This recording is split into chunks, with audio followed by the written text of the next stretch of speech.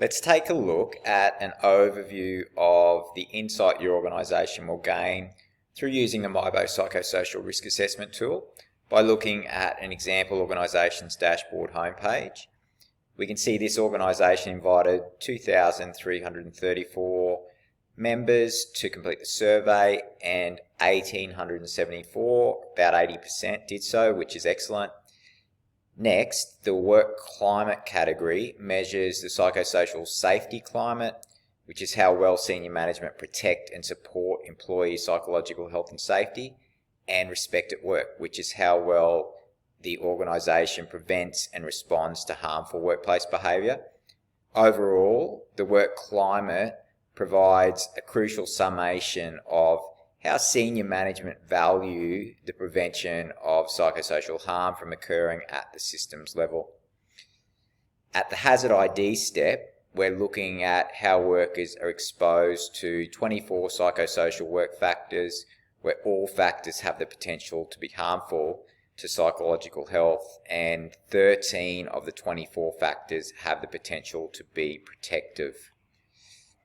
And then, while the hazard ID step tells us what respondents are exposed to, the harm benefit risk assessment section measures how this exposure is actually impacting workers.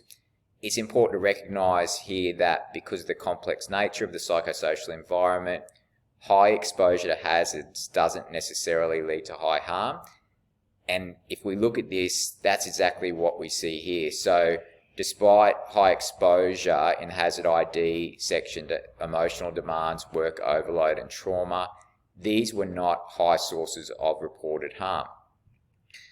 This is likely thanks to protective factors. The actual harm reported across the board is quite low.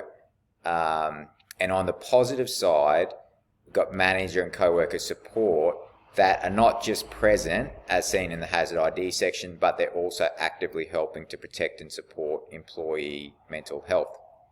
Next, if we look in the left-hand bottom corner here, psychosocial work factors, they interact and they accumulate, and this means the combined impact of harms and benefits determines how the psychosocial environment actually affects each individual. To capture this, we provide our harm benefit ratio, or HBR, and this reflects the overall balance of harms and benefits for each group. So the HBR gives us a really simple way of tracking how relevant groups are experiencing the psychosocial environment.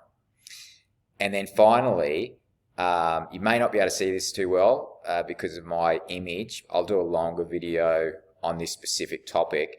But basically, the psychosocial environment is really a key strategic priority for organisational success.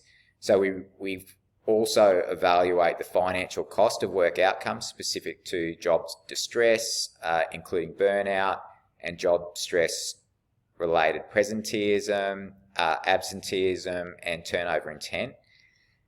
And we really find that the average company is losing more than 30% of salary to the psychosocial environment. So really important and a great way to capture the hearts and minds of senior execs in terms of committing to psychosocial risk management. If you'd like to learn more, then you can DM me or reach out on our website. Thank you.